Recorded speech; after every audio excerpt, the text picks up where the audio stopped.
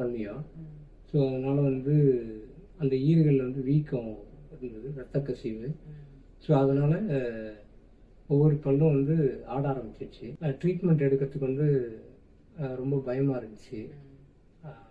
அதனாலேயே வந்து ஒரு 3 வருஷம் 4 வருஷம் தள்ளி போட்டாச்சு. இப்போ முன்னாடியே வந்திருந்தோம், சீக்கிரமாக வந்து சரி பண்ணியிருந்துக்கலாம். உங்கள்கிட்ட பேசும்போது ஈறுகள்லாம் வந்து கரைஞ்சிடுச்சு, ரொம்ப இதாக இருக்குது, நீங்கள் ஃபுல் இம்ப்ளான்ட் பண்ணிக்கோங்க அப்படின்னீங்க. ஆனால் எனக்கு வந்து பயமாக இருந்துச்சு. இம்ப்ளான்ட் பண்ணால் அதுக்கப்புறம் இம்ப்ளான்ட் எப்படி பண்ணுவாங்க, அதுக்கப்புறம் எப்படி இருக்கும் அப்படின்னு சொல்லிட்டு ரொம்ப பயமாக இருந்துச்சு.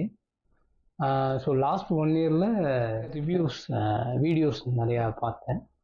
ஸோ அதுக்கப்புறம் கொஞ்சம் தைரியம் வந்துச்சு. சரி ஓகேன்னு சொல்லிட்டு முடிவு பண்ணி வந்தாச்சு. ஊசி போடுறது மட்டும் கொஞ்சம் சும்மா எறும்பு கடிக்கிற மாதிரி இருந்துச்சு. அதுக்கப்புறம் எப்போ பல் எடுத்தாங்க, எப்போ இம்ப்ளான்ட் பண்ணாங்க அப்படிங்கிறதே வந்து தெரியல.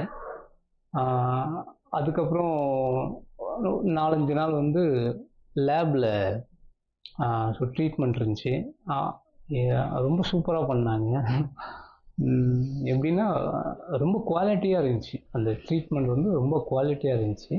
இம்ப்ளான்ட் பண்ண பிறகு வந்து ரொம்ப சூப்பராகவே இருக்கு. நேரு வந்து பார்த்து பேச முடியாது. ஸோ இப்போ வந்து ஓகே, யாரை வேணாலும் தைரியமாக சந்திக்கலாம் அப்படின்னு இருக்கு.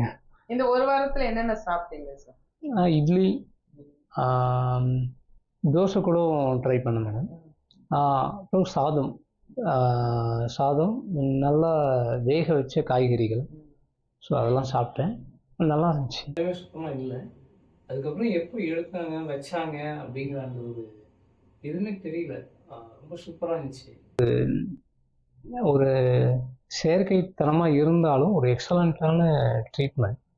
ஸோ அந்த இயற்கைக்கு ஏற்ற மாதிரி அதை திரும்ப வந்து அந்த அமைப்பை கொடுக்கறது வந்து மிகப்பெரிய ஒரு வரம் தான் நினைக்கிறேன். ஸோ எக்ஸலண்ட்டாக இருந்துச்சு ட்ரீட்மெண்ட், சூப்பராக இருந்துச்சு. வழியெல்லாம் எதுவுமே தெரியல.